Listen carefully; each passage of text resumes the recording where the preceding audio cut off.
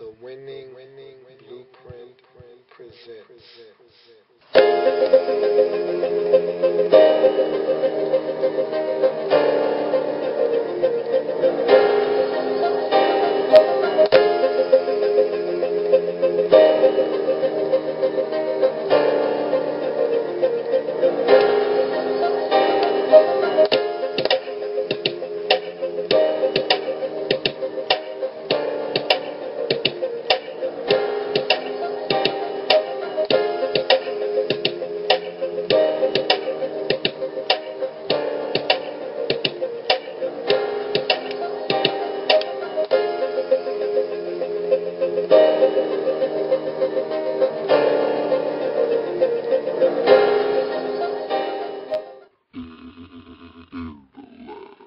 Draft Zone. Welcome. You are in the lab room. I'm your host, Lou. Thank you for joining me. Welcome to the Draft Zone. Wall-to-wall coverage of the NFL Draft here in 2013, here in the lab room. And this is my mock draft. I've already given you my chalk draft. Now this is the mock draft. This is how I think the draft is ultimately going to turn out. The chalk draft was more of a series of picks by teams in their current slots with no movement, and we know there's going to be a lot of trades that happen. Probably more so than the ones that I have on my mock draft, but these are the ones I feel really confident about. And if I don't feel really sure about something, I can't do it. And so here is my mock draft. You start at the top of the draft. The Chiefs desperately want to get out of this pick, but you can't. They're like the awkward guy or girl that you see out of the corner of your eye, and you know they love to talk people to death. And you know if you make eye contact with them, they're going to talk you to death. And so you do your best to kind of look away. And the Chiefs are sitting at 1, and they want to trade with someone so bad. It only takes 1 to dance. You can dance by yourself. It takes 2 to tango. And they want to tango with that number 1 pick. They want to trade it. But nobody wants this pick from the Chiefs. And so everyone's avoiding the Chiefs that, hey, you want to trade? Hey, you want to trade? Hey, you want to trade? And everyone's like,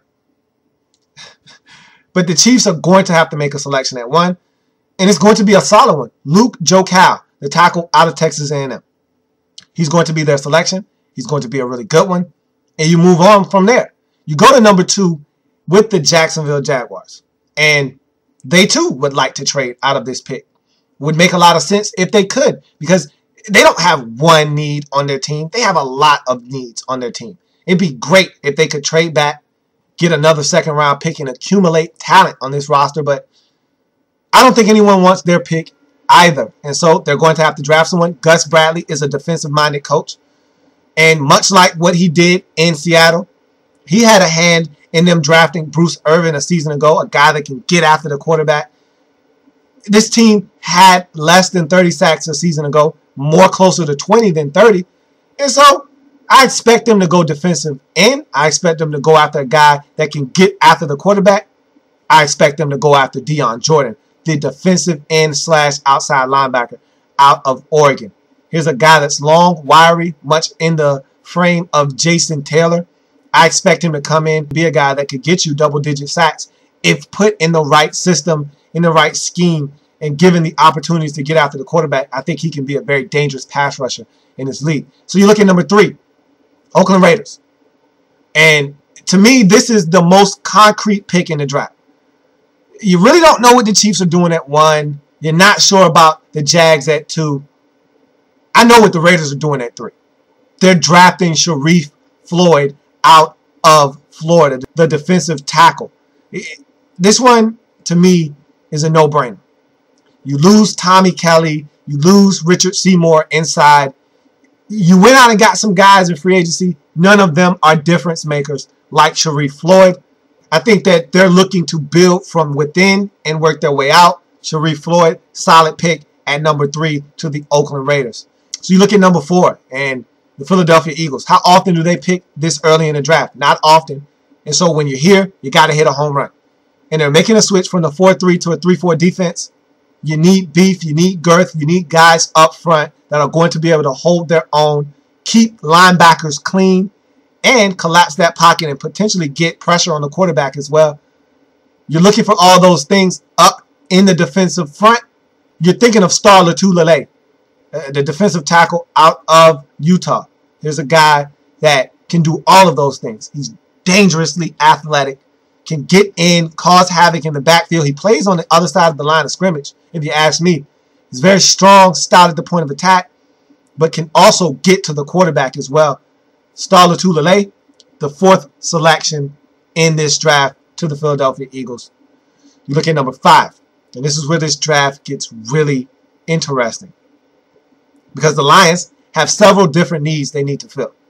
They could go cornerback, they could go defensive end, but nothing trumps offensive tackle. You lose Jeff Backus to retirement. Gosher Chairless moves on in free agency. You don't have any tackles. You drafted Riley Reef last year. He's a right tackle. You need a left tackle to protect your quarterback and your biggest investment in Matthew Stafford. He has to be protected. And so all those other positions of need are trumped by offensive tackle. You take the next best one available on the board. That's Eric Fisher out of Central Michigan. He's going to the Lions at 5. And so 2 tackles are not off the board.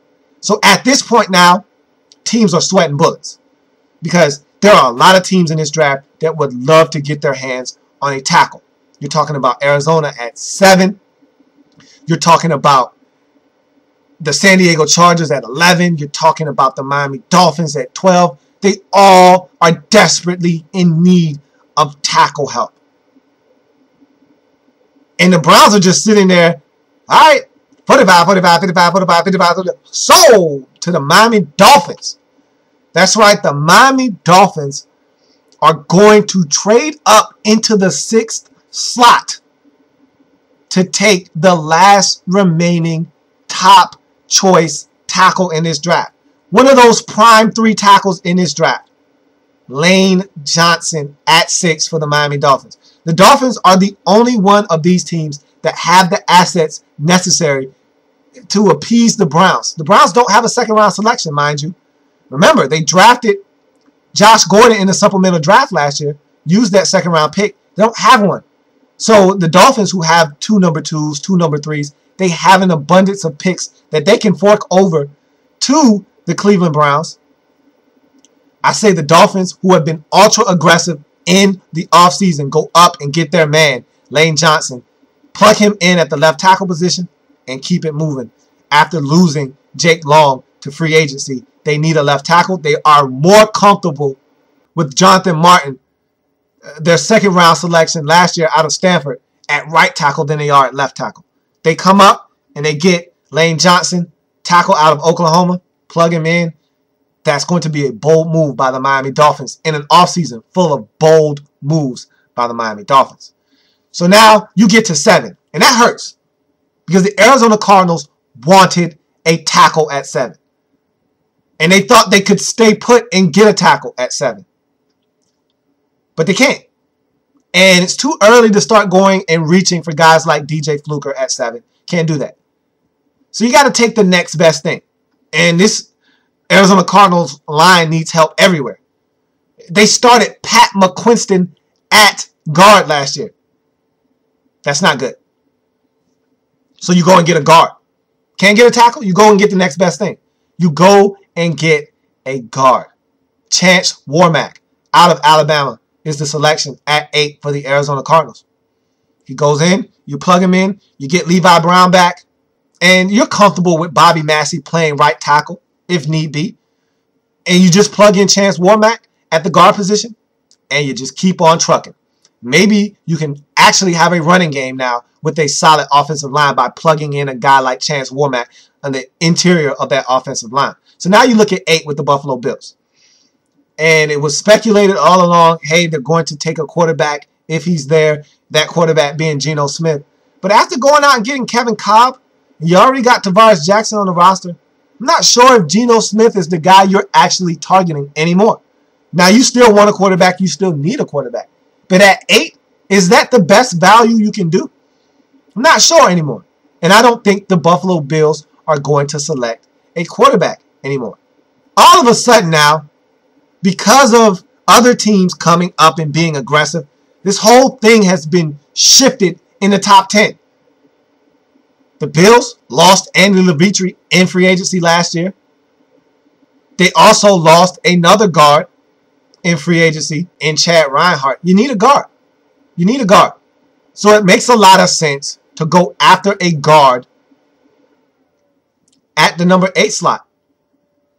And that guy would be Jonathan Cooper, the guard out of North Carolina. He's a very versatile, athletic guy, much like Andy Levitre, that can get to the second level, cause havoc. He can be a mauler, but he's so athletic. You're going to see him pulling out, getting to the second and possibly the third level, and really getting to guys and opening up holes for C.J. Spiller. I think it's a fabulous move by the Bills. Get the most value out of that 8th selection, and I think they can do just that by drafting Jonathan Cooper. So now you look at number 9 to the Jets. And this is a team that they have a lot of holes. Let's face it. They could use a receiver. They could use a corner. They could use a lot of things. But at the end of the day, you lose LaRon Landry. You lose really good safety. There's plenty of holes. But you need to get after the quarterback. Something that Rex Ryan hasn't really been able to do since taking over as the Jets head coach. Remember, even in his first season when they had the number 1 defense, he manufactured pressure by just blitzing. He's never had that one guy that he could turn loose and get after the quarterback. He's going to be looking for that guy, and he may very well find him in the form of Jarvis Jones. There's been a lot talked about with Jarvis Jones, the bad 40, the 4.9 40, the lack of him possibly being in the weight room. You can't deny production. This guy played in the SEC. He posted over 14 sacks. You can't deny talent when you see it. You can't deny production on the field. I think Rex Ryan is going to tune out all of the noise, draft Jarvis Jones at that 9th selection, plug him in, and hope that he can get pressure on the quarterback. You look at the 10th selection overall, and this belongs to the Tennessee Titans. And they are at 10 beside themselves. They are absolutely steaming right now, like Willie Beeman, because they wanted a guard. That's all they wanted, was a guard. They went out and got Andy Levitre, but they were greedy. Hey, I want another guard.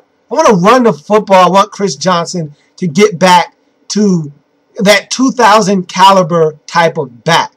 And the best way to do that was have that interior shored up and fortified. You already got solid tackles. Now you were looking to get this interior shored up. You just missed it. And teams went in front of you. Things happen. Things change. You miss out on Warmack and Cooper. Fine. So you go to the next best thing that you can do. You've looked far and wide for a guy that can get after the quarterback. You thought that Derek Morgan out of Georgia Tech was that guy. You thought Cameron Wembley in free agency from the Raiders was that guy.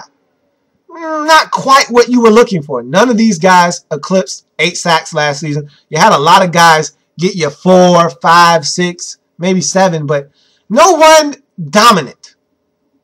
So it's about that time for you to go looking for a dominant pass rusher.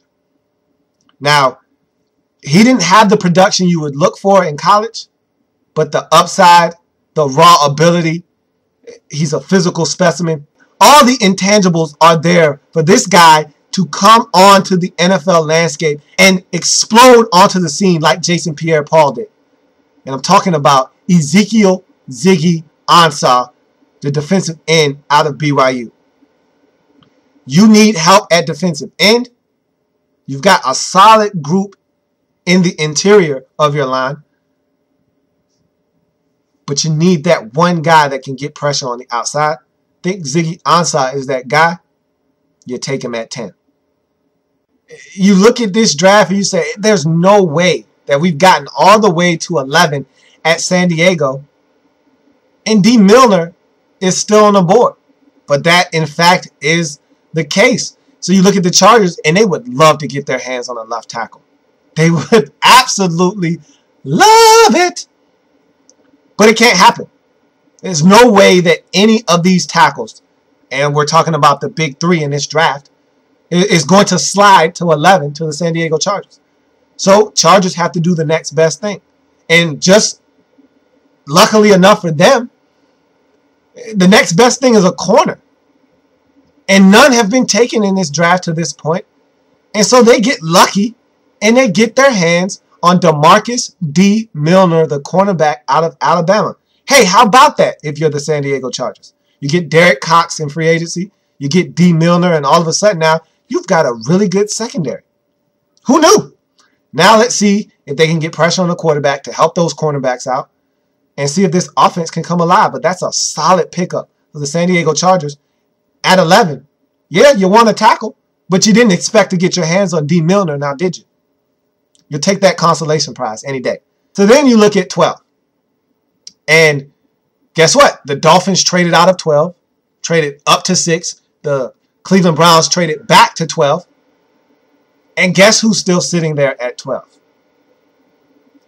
Geno Smith. And you look and you say, hey, didn't you guys draft a first-round quarterback last year? Yeah, they did. However, they're not really sold on Brandon Weeden. And I think that's a mistake. I think they need to give Brandon Weeden the opportunity to show what he can do. But this is new management. And as we all know in the National Football League, new management doesn't like to be tied to old players. That means I didn't draft you. I'm not married to you. You're not going to get me fired. And so you got a new general manager. You got a new head coach. I think they might try and get a new quarterback as well. Geno Smith is there. You've acquired a second-round pick now. I think the Browns select Geno Smith at number 12, the quarterback out of West Virginia. Wow. Wow is right. So you move on to the number 13 selection, where we find our second trade of the draft. Now, this could happen before the draft. This could happen during the draft, but it will happen. The Tampa Bay Buccaneers are sitting at 13. They need a corner. Okay, I'm being nice. They need 2 corners. Well, they could draft one at 13, or they could just trade for Darrelle Revis, which is exactly what they're going to do with that 13th selection. They're going to trade their first and their third round pick for Darrelle Revis, hold on to their second round selection, and get another corner in the second round. But now the 13th selection belongs to the New York Jets. And this team needs a lot of help. And so they could go right back to the defense if they like. But how about you get Mark Sanchez some help? He does stink, but how about you take away the excuse of not having any weapons? When Santonio Holmes went down last year, who was he throwing a football to? My gosh, it got really ugly there for a while. Yeah, you drafted Stephen Hill last season. Yeah, you got Jeremy Curley. What does that really mean, though? I say you go and you get Cordarrelle Patterson with that 13th selection. Give yourself a bona fide target out wide, and you keep it moving if you're the Jets. You acquire that pick. You pick up an extra third-round selection. You get busy on rebuilding this football team, and I think it starts by getting a guy that Mark Sanchez can throw the football to. So now you go to 14. Nothing's changed here. Panthers fans are screaming, and I know they're screaming, get the receiver! Pick the receiver! Well, Cordarrelle Patterson is gone. So that's not even on the table. Your next best option at that receiver position might be Tavon Austin if you're looking for a guy out wide. I don't think you're looking for a guy at that 14 slot. I don't think you get the proper value at 14 with a receiver not named Tavon Austin. So you can't draft receiver here if Cordell Patterson isn't on the board. But it doesn't matter. Your general manager, Dave Gettleman, isn't drafting a receiver here.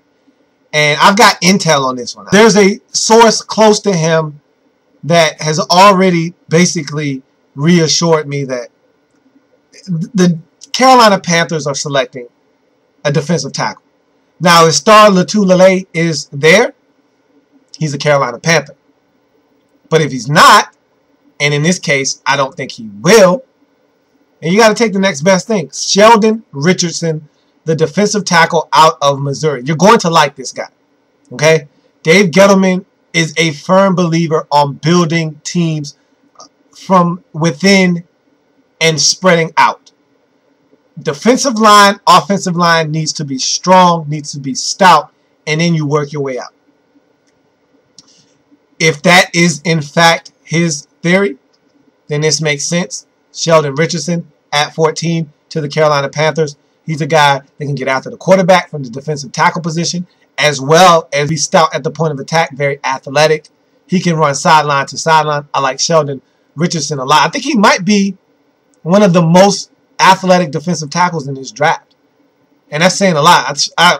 If Star Lotulelei is number 1A, Sheldon Richardson is 1B.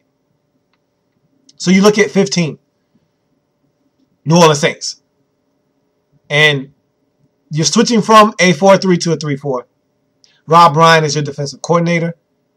You got to get pressure on the quarterback. You went out and got Victor Butler in free agency. And yeah, you got guys like Junior Gillette on your roster. You need someone that can get after the quarterback, though. That, at the core, is what a 3-4 defense is about. Pressure on the quarterback.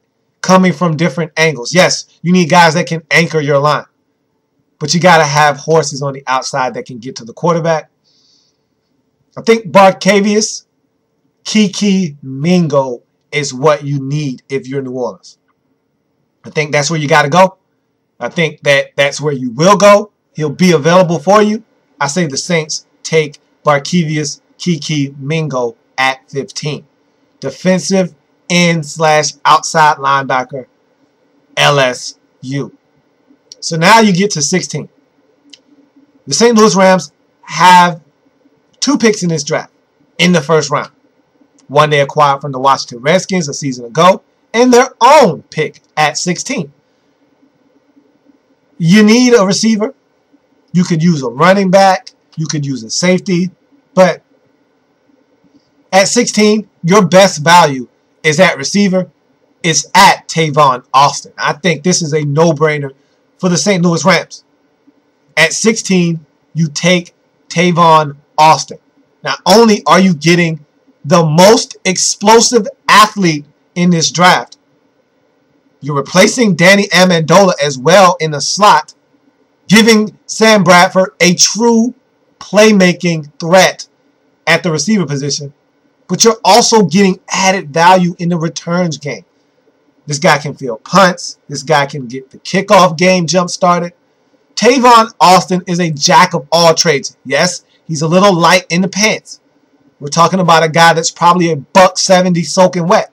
I don't care. Explosion, the ability to take it to the house every time he touches it. To me, the best value in this draft, Tavon Austin at 16, St. Louis Rams, receiver out of the University of West Virginia. So now we get to number 17, Pittsburgh Steelers. They got a couple of needs. They're in transition mode. I don't like to say the Steelers are rebuilding because they don't rebuild. They reload. They are the Steelers for a reason. But a lot of guys not back. Team getting a little up there in age. They're trying to find that happy medium between young and veteran players. They need more talent on this team. You lose Mike Wallace in free agency. Emmanuel Sanders is out there dangling in free agency as a restricted free agent. Patriots have shown interest. Don't think he's going anywhere, but you're not sure. How about you go out and get a receiver? that would be a good option, except there are none available. You lose a guy like Keenan Lewis in free agency at the cornerback position. You don't have a lot going for you at the cornerback position. You got to draft a corner here, don't you? There's only been one taken off the board to this point. So you've got basically the pick of the litter at your disposal at 17. I think Xavier Rhodes, the cornerback out of Florida State, fits exactly what you want to do in Pittsburgh. Big, physical, 6'2", long, rangy corner. Can play the cover 2 defense. Can also play man-to-man coverage. It's very physical.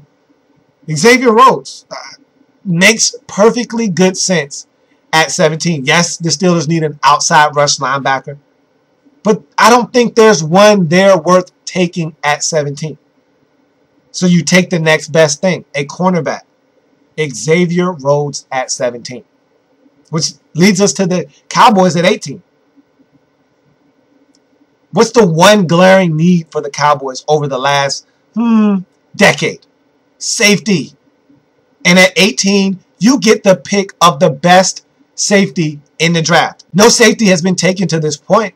So you get the best safety in the draft if you want him. He's sitting right there for the taking, staring you right in the face.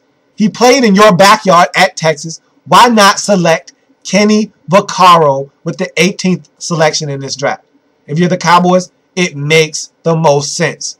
Here's a guy that is physical, does not mind coming up and sticking his nose in someone's business and making a tackle. We saw this guy run with Tavon Austin in the slot, so we know he can run. He can move. He's got the lateral quickness to make things happen, dropping down into the slot if need be. This is a no-brainer pick for me. Kenny Vaccaro at 18 to the Cowboys. Now, we've heard a lot of speculation about the Cowboys needing offensive line help. Yeah, they could use a guard, possibly an upgrade at tackle. But they're talking to Eric Winston right now as a potential fix at the tackle position. I don't think that you take a guard at 18, especially being that the best 2 guards are already off the board. There's no value there at 18 at guard. I say you take the safety, Kenny Vaccaro. Perfect time for him. Great value at that pick. Fits a glaring need on your team. All parties win if the Cowboys take Kenny Vaccaro at 18. So now we get to the Giants at 19. And I laugh because doesn't it seem like the Giants take a defensive end every single year in the draft? It's their MO. It's what the Giants do. It's in their handbook. If you turn to page 37, Article 1, Section B, it says the Giants draft a first-round defensive end every year. However, if you keep turning the pages, unless we need a linebacker, more. And they do. How long can the Giants keep up that charade at the linebacker position? You lose Chase Blackburn in free agency. You let go of Michael Boley. You don't have any linebackers. You re-sign Keith Rivers. You sign Dan Connor in free agency. What do those guys do for you? I can answer that. Depth. You don't have a starter, though, in either one of those guys. You have to address this if you're the Giants. And I know Bjorn Warner is sitting there and you're salivating and you can't stop your hand from twitching and writing his name on that card. But you can't do it. You can't draft Bjorn Warner if you're the Giants because you need the Georgia linebacker Alec Ogletree on your football team. You need him. You got to have him. You need help at linebacker. And as bad as I want to pencil in Bjorn Warner to the Giants, and as bad as the Giants want to pencil in Bjorn Warner to the Giants, they can't do it. They got to select Alec Ogletree. They got to have Alec Ogletree on their football team. They got to have a guy that can make a difference at the linebacker position. You can put him inside at the middle linebacker position if you like, but I think the smarter choice is putting him at the weak side linebacker position, allowing him to play off the line of scrimmage, keeping him clean, and not allowing him to engage with those offensive big nasties and allowing him to check the other team's tight end because this guy used to be a safety. He's highly athletic, can run sideline to sideline. You want him blanketing the other team's tight end. Alec Ogletree can do that for you. Think that would be the smart move for the Giants at 19. So you go to 20 to the Bears. And they are absolutely beside themselves because they wanted Alec Ogletree at 20. But they didn't get him, and they said, okay, fine. You didn't take Bjorn Warner. We'll take Bjorn Warner at 20. So the defensive end out of Florida State comes off the board at 20 to the Chicago Bears. And you say, well, didn't they just draft Shea McClellan last year? Don't they still have Julius Peppers on their roster? Yes, and yes, they did. However, they didn't re-sign Israel Adonijah. He got you 7 sacks last year. He might be back. Julius Peppers isn't getting any younger. Why not draft a guy like Bjorn Warner? You can never have enough guys that can get after the quarterback. Never. Ask the Giants. You can never have enough. And Bjorn Warner is a guy with a lot of upside. I feel like he's a very high motor guy. There's potential for growth in his game, I think. Some people think that he's as good as he's going to be. I think he can get a little better. And I think if he's around a guy like Julius Peppers, Henry Melton, he's going to learn some tricks of the trade. And I think he could become better in that system in Chicago where it's a fast track, get up the field, get after the quarterback type of defense, be aggressive. Bjorn Warner sitting right there for the Bears at 20. I think they select him. So you get to 21. And we're talking Cincinnati Bengals football. And we're talking about a team who right now is without a right tackle. And simply put, if they had Andre Smith, this isn't even a conversation that we're having. But Andre Smith wants too much money. We know Cincinnati is notorious for being very frugal. I don't know if they're in the wrong here because I don't know what Andre Smith's asking price is. But according to the Bengals, it's way too much. Too rich for their blood, even though they have about $90,000 million under the cap. Doesn't matter. At the end of the day, the Cincinnati Bengals are prepared to move on without Andre Smith. And with this 21st selection in the draft, they aim to do exactly that by drafting DJ Fluker, the offensive tackle out of Alabama. Makes sense? No Andre Smith, you're void of a right tackle. DJ Fluker comes in, fills that void. You plug him, he plays, you move on. Really simple. So you go to number 22, and it's the second of the St. Louis Rams draft picks.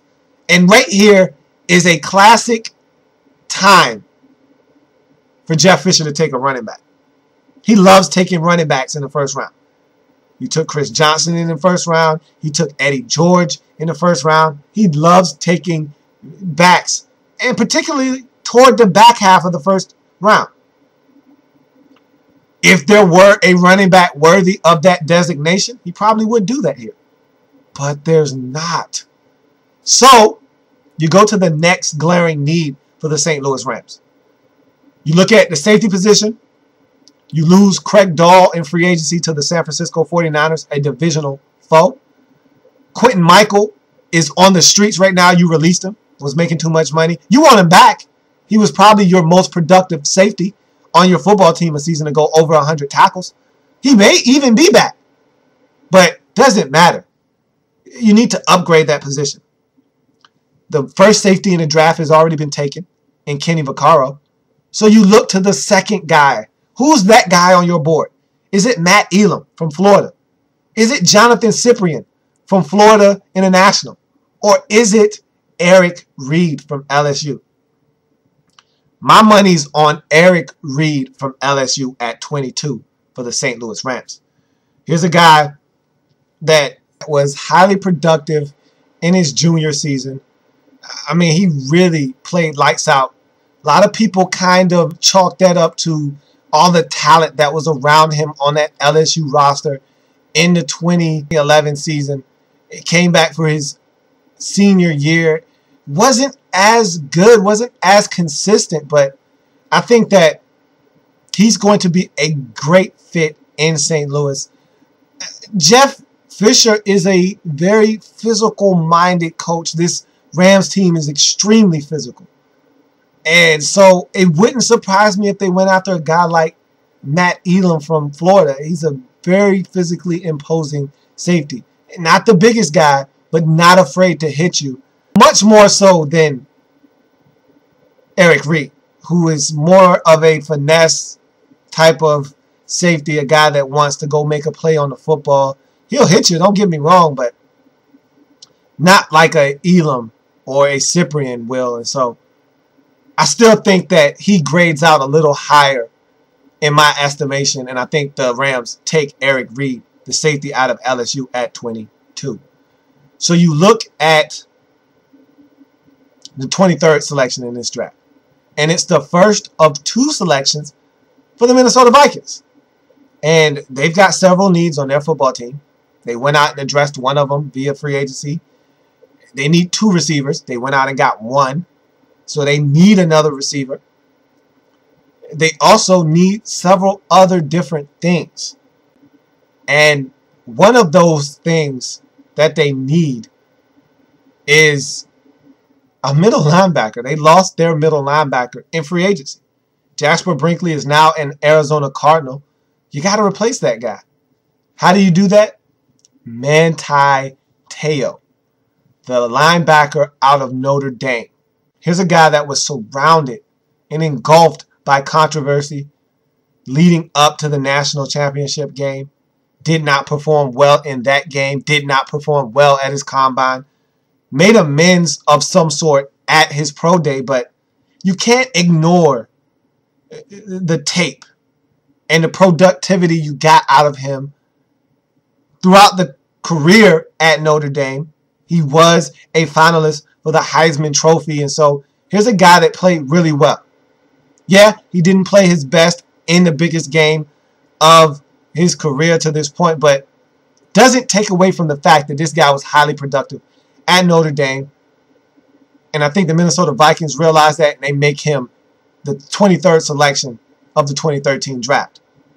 So you look at the 24th selection, and that belongs to the Indianapolis Colts. And they wouldn't have mind getting their hands on a guy like Manti Te'o at 24.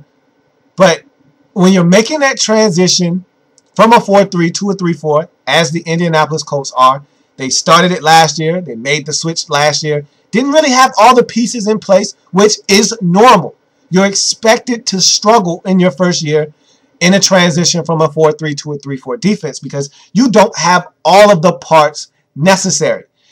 A 3-4 defense doesn't come already assembled. You don't just switch from a 3-4 and say, hey, I have all the pieces in place already. When you make that switch, generally, you don't have guys who are equipped and prepared to take their hand out of the ground and now stand up and rush and drop into coverage. It's a little confusing. It's like a fish out of water sometimes.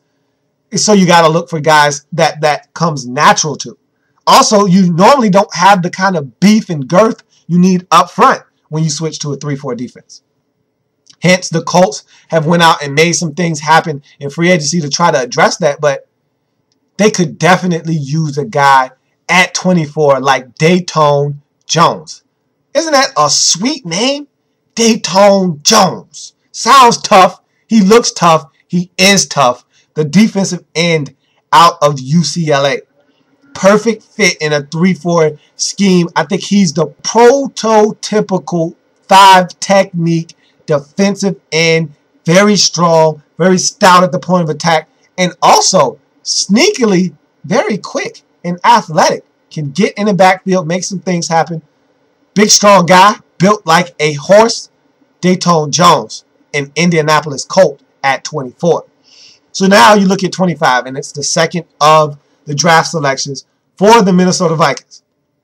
So at 25, I talked about the need at receiver. Here's your opportunity to address that. There are plenty of receivers for you to pick from, but if you're looking for a guy to complement Greg Jennings and a guy that could potentially be a #1 receiver for you, I think you need not look any further than Keenan Allen, the receiver out of the University of Cal. Here's a guy that has all the measurables, all the intangibles you look for in a number one receiver. Long, tall, physical frame at 6'2". Can catch the football, can accelerate away from defenders if need be. I like Keenan Allen a lot, and I think that he is going to make a good receiver in this league, and I think it's going to be a solid pickup at 25 for the Minnesota Vikings. So now you look at 26 and the Green Bay Packers, and this one's pretty simple. This is a team with not a lot of deficiencies. You look at the safety position, Charles Woodson, no longer there. So 1 + 1 is 2, 2 + 2 is 4. This one makes a lot of sense. You get a safety here at 26 if you're the Packers. Now the question you ask yourself is, which one do I want? The first two safeties on many people's boards, maybe not the Packers, maybe the guy they've coveted all along is sitting right there waiting for them to pluck. Maybe he's not. Whatever the case may be, there's two safeties at that pick that give you value. Matt Elam and Jonathan Cyprien. Which one is to your liking? Who's your cup of tea? If you're the Packers, I think you go with the physically imposing guy that played at a big school, Matt Elam. You plug him in, you allow him to roam around that secondary, hit some guys, much like Atari Bigby did for you a few years ago, kind of be a physically imposing force back there. I say that Matt Elam comes in and fits in nicely in Green Bay. That's your selection at 26, the safety out of Florida, Matt Elam. You look at 27 and the Houston Texans, and this is a team that they need to get over the hump. And I don't feel like they've done enough in the off seasons previous or this year to get them over the hump. They want to build this thing through the draft. They got a great GM in Rick Smith. He gets it, but I think he's missing the boat. We've seen for years that they haven't had a great compliment to Dre. This is an opportunity to get it at 27, but I don't think that you can do that at 27. There's so much value in this draft at receiver. I think you have to allow that to pass and get something that you desperately need alongside J.J. Watt. And for years now, you've been getting away with Sean Cody, a undersized defensive tackle at the nose tackle position. And I don't think you can any longer allow that to be the case. You got to get a big mauler in there, a big space eater, a guy that can make things happen at defensive tackle. Sean Cody is a free agent. You have not re-signed him. Go figure. Makes sense. Get the defensive tackle, Sylvester Williams, out of North Carolina right here. I think this is a pick that needs to be invested in a defensive tackle position. It'll help you stop the run better. Adrian Peterson really got you at the end of the season. And I think you can use a guy in the middle that can shore things up for you, make some things happen. Sylvester Williams could be that guy. I think that's who you need to select at 27. You look at 28. It's the Denver Broncos. And this is a need that they should not have to divulge a pick into.